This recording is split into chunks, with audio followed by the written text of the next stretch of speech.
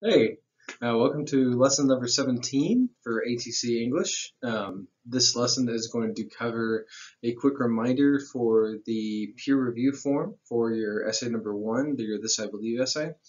It's going to cover a quick reminder for the double extra credit opportunity for the week of 10-19 in October. And a quick, we're also going to look at an excerpt from, it's not really quick, but we're going to look at an excerpt from Lies My Teacher Told Me by James Lowen, which is our informational text that we're using for this part of the course. We'll be adding more informational texts as we go through the course, like we used a lot of the Baldwin v. Buckley texts in the previous 6 weeks. We're using Lies My Teacher Told Me, Sundown Towns, and The Color of Law in this 6 weeks. So let's go. Our old assignments are on the left, our new assignments are on the right. The assignment for this week is that peer review form. So once you've gotten feedback from either me or from a peer, you can complete that form. There's also that double extra credit 40-point Chapter 6 note check for Gatsby using Cornell notes, which I think is a pretty nice opportunity. All right, our learning targets for this week are, for this lesson specifically, we can provide and receive peer feedback on our essay prior to completing our final draft. That final draft will be due next Friday. That means we can apply language norms and provide specific feedback, and that's going to be measured in your graded essay response form that's due on Saturday. Our literature learning target is that we can read and take notes on Chapter 6 in the Great Gatsby while practice taking Cornell notes. That means that we can use Cornell notes to take notes on a grade level literary text, and that's being measured in the double extra credit assignment for Cornell notes that due also this Saturday. Our informational learning target is that we can read an excerpt from Chapter 7 in Lies My Teacher Told Me and gain context on an informational text we're going to refer to throughout the next 6 weeks. Our miscellaneous learning target is that we can review previously assigned informational assignments and be responsible for completing assignments that have passed. All right, now for a quick overview of week structure. We always have our first lesson on Mondays and Tuesdays that is posted and recorded on Sundays, and our second lesson of the week for Thursdays and Fridays is usually posted and recorded on Wednesdays. I'm recording a little bit early this week because I want to stay ahead of things and be able to kind of get people information as quickly as I can so they can go ahead and be working on their rough drafts and their final drafts for next week. Moment of mindfulness. It's this nice city sunrise, pretty chill, very peaceful.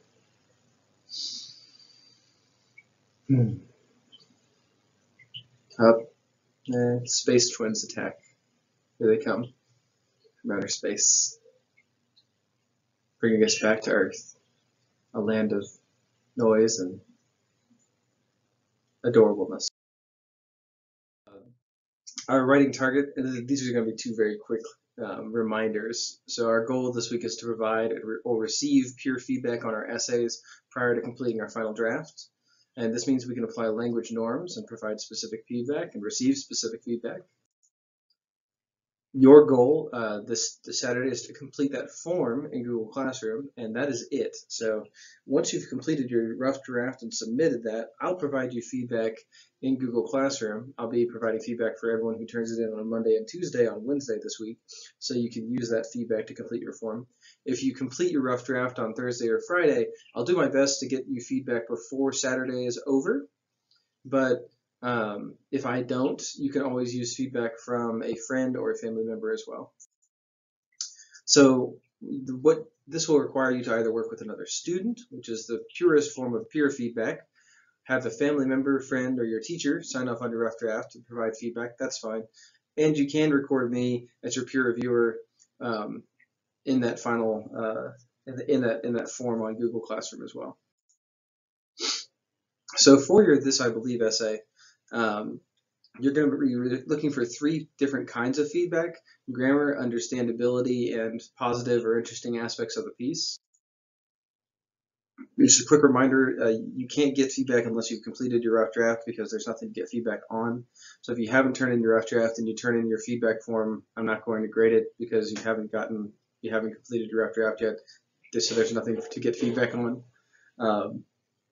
If you're still struggling to complete your rough draft, I still suggest completing the outline first because it's a good structure to kind of get your mind right on the structure of a 5-paragraph essay with 3 support paragraphs in the middle, an introduction at the beginning, and a conclusion at the end. So what you're going to be looking for in your feedback are, so for the grammar section, some catching capitalization issues, punctuation issues, any spelling or mismatched words like there, or your, pretty common mistakes, just stuff that you want to catch before moving on to your final draft. And then for understandability and flow, does the essay make sense when you read it from beginning to end? How are your transitions like between paragraphs, that sort of thing. And then for the final piece of feedback, what's positive or interesting? What does the reader think is neat? And what would the reader like to know more about? That sort of thing. In the gradebook, it looks like this. It is due October 24th. All you need to do is click on the form and complete the form for this peer review assignment. And it is a quick 50 points, just kind of you reflecting on what you've gotten out of the peer feedback part of this essay. For JCTC, we need to complete the 4 parts of an essay writing process: the outline, the rough draft, the peer feedback, and then the final draft to be kosher with JCTC. It's very difficult to get to hook people up with peer reviewers in this day and age of COVID. So I'm going to do it this way so that we have documentation that you did get review and you did think about your feedback. All right, so that is the only graded assignment this week. I did do just a form for the graded assignment this week, which is very light, to allow people more space to work on their rough drafts and continue working past their rough drafts towards their final drafts this week. That's the goal. The extra credit assignment is the Cornell notes assignment, and let's dive into that. All right, so our literature learning target this week is we can read and take notes on Chapter 6 of The Great Gatsby and practice taking Cornell notes. So this means we can use Cornell note-taking methods to take notes on a grade-level literary text. It is worth double extra credit, meaning it's 40 points in the grade book if you complete it. That's twice as much as a regular progress grade. So if you're behind in this class and you want an easy, quick way to boost your grade up very fast, this assignment is for you. If you're where you want to be in this class grade-wise, or you're ahead, please do still read Chapter 6 of The Great Gatsby, but you do not need this assignment. It is effectively extra work for extra credit. So the Chapter 6 Gatsby guided reading is up and posted. It's live. You can use the YouTube link to read with me, or you can read it on your own using the slides. And again, there's no required graded assignment for Chapter 6, but you do need to read Chapter 6 in Great Gatsby. It's posted under primary texts. With two ways to read it. All right, so when you're doing your Cornell notes, if you choose to do the extra credit, this is what it's going to look like. We are going to be using this format to run an interview for your second essay in November. So this is kind of an intro to an intro. If you're completing this assignment, you're getting an overview of something that we are going to be using later on in the course in November. So the way Cornell notes work is on the left side of the page, you take short notes, short 1-2 word notes. So you're looking for big main ideas, important vocabulary, and you're leaving some space between them. And then you're also going to include questions that you have about the passage or the lecture after that. So that's what goes on the left. And those are cueing notes, meaning they're just to kind of get your brain going. On the right side, you have your note-taking column. So what you're doing here is you're recording supporting facts, ideas, dates, whole sentences. And this space over here is the only thing you write over here is this record. The recite, reflect, and review is how you can use this type of notes to pass tests and to prepare for tests. You won't need to do that for this class. We'll be doing Socratic discussions or essays in the response to our texts. We're not going to take multiple choice tests in this class. So you don't need to worry about that. So what you're going to be doing for The Great Gatsby is putting your blue words over here when you see them in the reading, and you're putting your red words over here. So vocabulary terms go on the left, and important plot and character development notes go on the right. What's that look like? This. So on the left, I put my red vocabulary terms, and then I added to those red vocabulary terms the definitions. Now, it's extremely easy to get definitions like this in Google Docs, and your assignment is in a Google Doc format. All you need to do is right-click on the word contemporary or platonic, right-click on your vocabulary term, and if you're on a Chromebook, that's a two-finger click on that contemporary word, and you'll get the option to define, and click on the word define after the options come up. That will give you the definition of the word. And then you can just copy paste that definition straight into this vocabulary area on the left. Now on the right, what you have is the blue words lifted directly from the text. These are important notes. These are important plot concepts that I have pulled out and put in blue for you. And then all you need to do is add a quick blurb explanation of what they are about. So a quick, maybe even less than a sentence, supporting information about what those blue words are about, why they're important, what they mean. If you're reading along with me on the YouTube version of the assignment, that is pretty straightforward, because I usually stop at those blue words and discuss them with you. As if we were in class, we stop and have a discussion. Usually in class, we would stop and I would ask students, why do you think this is blue? This is a plot note. What is important about the plot here? This is a character note. What's important about the character? And then we'd have a discussion in class. Unfortunately, we don't do those discussions live because they're super time consuming, and we also need to do the essays for this class. So we kind of lose some of our literature discussion to this format. But it is what it is. All right, that is how you will complete your Cornell notes. You'll just kind of continue that down the page with your blue word notes and your explanations attached to those, and with your red word vocabulary as they pop up, and your definitions pulled straight from Google Docs. That is the assignment. You do that for the entirety of Chapter 6. Shout out to Toth Bay Fawn. Again, those blue words are focused on helping you prepare for the ACT reading expectations, and the red words are helping you prepare for the ACT English vocabulary expectations. Cool. So our only graded assignment this week is that form. That is quick. That is just you reflecting on your feedback.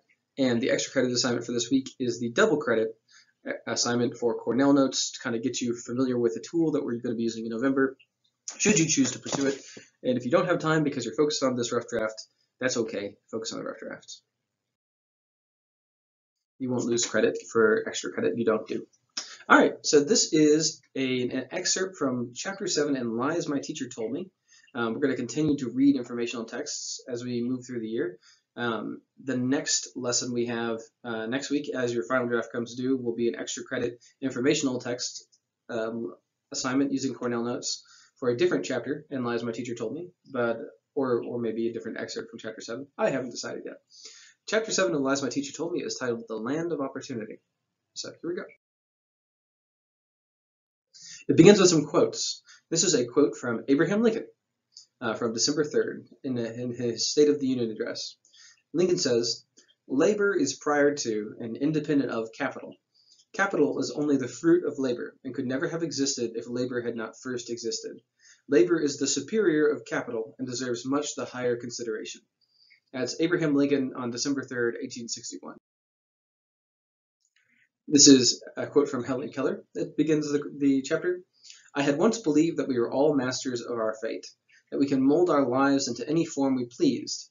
I had overcome deafness and blindness sufficiently to be happy, and I supposed that anyone could come out victorious if he threw himself valiantly into life's struggle. But as I went more and more about the country, I learned that I had spoken with assurance on the subject I knew little about. I learned that the power to rise in the world is not within the reach of everyone." That is Helen Keller from her less well-known phase of her life where she became very involved in politics, and she stopped being interesting to a lot of people who just use her as a story about deafness and blindness and overcoming physical obstacles. And this is Will Rogers, the actor, who said in 1931, 10 men in our country could buy the whole world, and 10 million can't buy enough to eat. And this is Kwame Nkrumah, who was the president of Ghana, saying, the history of a nation is unfortunately too easily written as a history of its dominant class. And this is the text of the chapter. High school students have eyes, ears, and television sets. All too many have their own television sets. Kind of dating himself, isn't he? So they know a lot about relative privilege in America. They measure their family's social position against that of other families, and their community's position against other communities. Middle-class students, especially, know little about how the American class structure works, however, and nothing at all about how it has changed over time. These students do not leave high school merely ignorant of the workings of the class structure. They come out as terrible sociologists.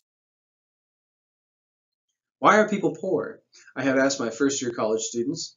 Or, if their own class position is one of relative privilege, why is your family well off?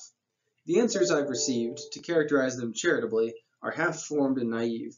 The students blame the poor for not being successful. They have no understanding of the ways that opportunity is not equal in America, and no notion that social structure pushes people around, influencing the ideas they hold and the lives they fashion. High school history textbooks take some of the credit for this state of affairs. Some textbooks do cover certain high points of labor history, such as the 1984 Pullman strike near Chicago that President Cleveland broke with federal troops. You can see that in the bottom. Or the 1911 Triangle Shirtwaist Fire that killed 146 women in New York City. That's the top left. But the most recent event mentioned in most textbooks is the Taft-Hartley Act of 60 years ago, pictured top right. No book mentions any of the major strikes that labor lost in the late 20th century, such as the 1985 Hormel meatpacker strike in Austin, Minnesota, at the bottom, or the 1991 Caterpillar strike in Decatur, Illinois, defeats that signify labor's diminished power today. Nor do most textbooks describe any continuing issues facing labor, such as the growth of multinational corporations and their exporting jobs overseas. Multinational corporations, here are some examples of multinationals. Basically, they're corporations that are not situated in any single country and are therefore very hard to pin down for taxes, but they end up making products in many different countries and selling products in many different countries, so they can dip into the economies of multiple countries without effectively having to add to the economies of multiple countries. That's kind of the problem with multinationals in a nutshell. There's way more complexity to that than I got into there, so it's worth Googling and researching on your own too. With such omissions, textbook authors can construe labor history as something that happened long ago, like slavery, and that, like slavery, was corrected long ago. It logically follows that unions now appear anachronistic, meaning something out of time, or something that doesn't belong in our time period. The idea that they might be necessary for workers to have a voice in the workplace goes unstated. So here on the right, I have a chart I found of union membership between 1930 and 2010, and you can see the steady increase up until the 1940s, and then it starts to drop as union busting and other factors come into play. These books' treatment of labor history is magnificent compared to their treatment of social class. Nothing the textbooks discuss, not even strikes, is ever anchored in any analysis of social class. This amounts to delivering the footnotes instead of the lecture. So I have a pyramid in the background because we're about to see a lot of pyramids. Half of the 18 high school American history textbooks I examined contain no index listing at all for social class, social stratification, class structure, income distribution, inequality, or any conceivably related topic. Not one book lists upper class or lower class. 3 list middle class, but only to assure students that America is a middle class country. All right, so this is an important moment, kind of, as we learn about Lowen. His book, Lies My Teacher Told Me, is written against and kind of in response to the 18 high school American history textbooks that he examined. So he looks at these 18 commonly used textbooks and he tries to write against and in support and to contextualize the stories told by those 18 textbooks. And he tries to poke holes in or point out holes in the history that those textbooks are presenting. Except for slaves, most of the colonists were members of the middle rankings, says Land of Promise. That's the textbook to the left. and nails home the point that we are a middle-class country by asking students to describe 3 middle-class values that united free Americans of all classes. Several of the textbooks note the explosion of middle-class suburbs after World War II. Talking about the middle class is hardly equivalent to discussing social stratification, however. On the contrary, as George Monsios has pointed out, such references appear to be acceptable precisely because they mute class differences.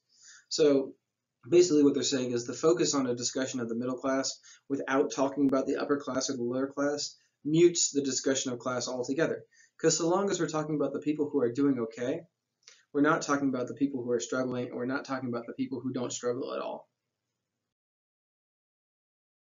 Stressing how middle class we all are is increasingly problematic today because the proportion of households earning between 75% and 125% of the median income has fallen steadily since 1967. The Reagan-Bush administrations accelerated the shrinkage of the middle class, and most families who left its ranks fell rather than rose. As late as 1970, family incomes in the United States were only slightly less equal than in Canada.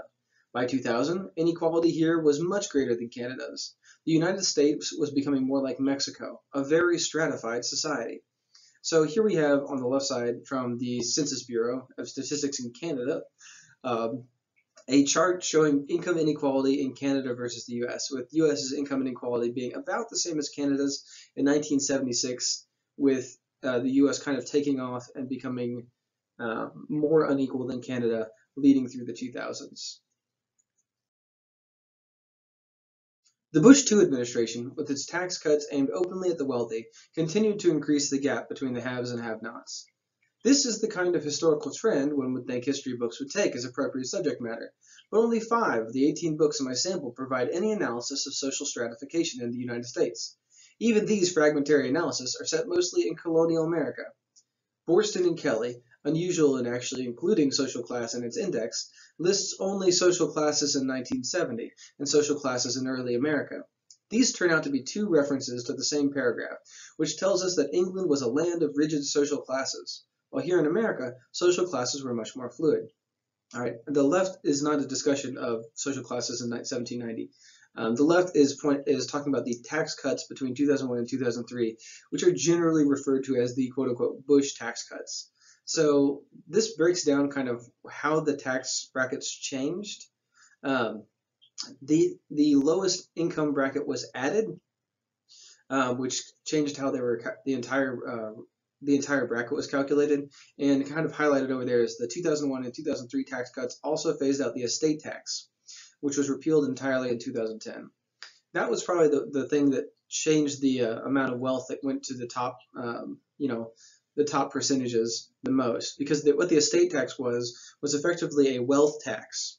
So let's say you have family who pass and they leave you $1 million. Well, the estate tax is solely designed to tax money left from one generation to the next, and it generally removed a big fraction, well, a fraction of wealth moving from one generation to the next generation in extremely wealthy families. And by repealing the estate tax, we effectively locked wealth in wealthy families, and it would no longer be removed in any amount from between generations. And this is from the Center on Budget and Policy Priorities, and the source is the Tax Policy Center table from the Census Bureau.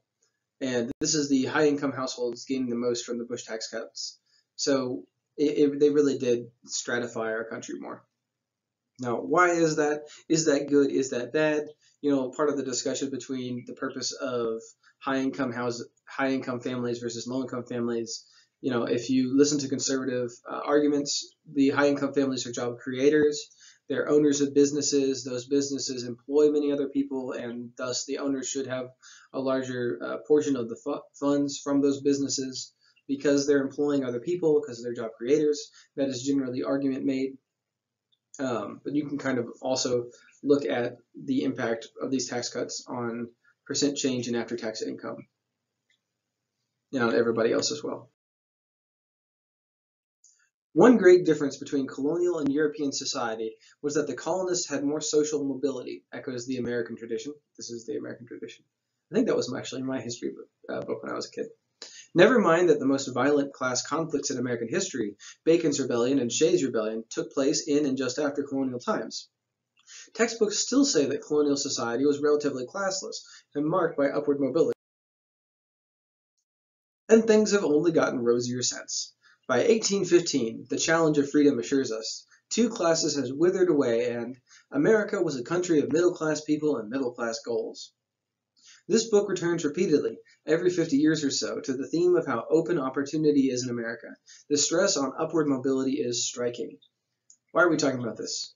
Well, in The Great Gatsby, the whole course of Gatsby's life is marked by his opportunities that open up for him to become Gatsby and stop being, James Gats and become Jay Gatsby and leave behind his dirt farming origins out in Oregon or wherever he was from and become the Gatsby of New York and become this new money elite and the front man for a mob.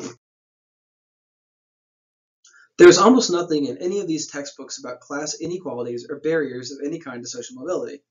What conditions made it possible for poor white immigrants to become richer in the colonies? Land of Promise asks.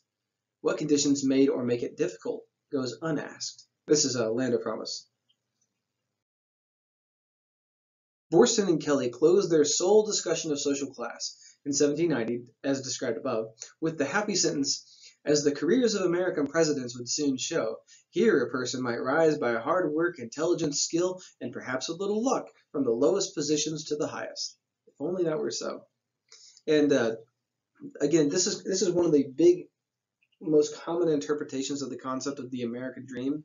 Is it's not about having things; it's about being able to have economic mobility. The dream is you can go from nothing to something, or you can go from something to something greater. And that America is built in such a way to allow for social mobility or class mobility, moving from middle class to upper class, moving from working class to middle class. Social class is probably the single most important variable in society. From womb to tomb, it correlates with almost all other social characteristics of people we can measure. Affluent, expectant mothers, meaning wealthy, are more likely to get prenatal care, receive current medical advice, and enjoy general health, fitness, and nutrition. Many poor and working class mothers-to-bes first contact the medical profession in the last month, sometimes in the last hours of their pregnancies. Rich babies come out healthier and weighing more than poor babies, which ends up breaking down by race as well, because in America there's a wealth gap between races.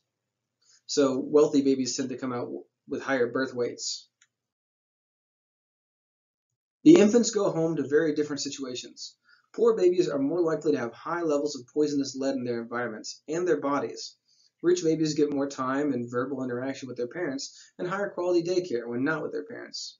When they enter kindergarten and through the 12 years that follow, rich children benefit from suburban schools that spend 2 to 3 times as much money per student as schools in inner cities or impoverished rural areas. I got 2 links here. One's to WFPL. If you Google older neighborhoods, higher lead, you'll get a really interesting WFPL report on the lead amounts in the old neighborhoods in Louisville. It's based on a Vox article that did a really interesting interactive map that you can mess around with and kind of see how older industrial cities like West Louisville, and to a lesser extent New Albany across the river too, areas that had heavy industry in the 40s and 50s, they tend to have high lead. Poor children are taught in classes that are often 50% larger than the classes of affluent children. Differences such as these help account for the higher school dropout rate among poor children. Even when poor children are fortunate enough to attend the same school as rich children, they encounter teachers who expect only children of affluent families to know the right answers. Social science research shows that teachers are often surprised and even distressed when poor children excel. Teachers and counselors believe they can predict who is college material. And this is average class sizes in public and private institutions by country, because I couldn't find one just broken down by state in America. And it's kind of hard to see, but if you look at United States here,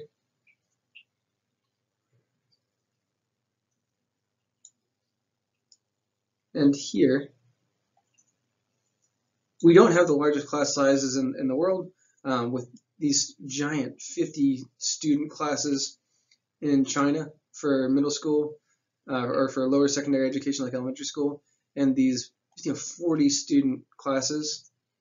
Interestingly, private education in China has more students. I think just because of the difference in cultural expectations. So there's a whole interesting conversation there too. But you can see that our class sizes are different between private and public schools. Since many working class children give off the wrong signals even in first grade, they end up in the general education track in high school. If you're the child of low-income parents, the chances are good that you'll receive limited and often careless attention from adults in your high school.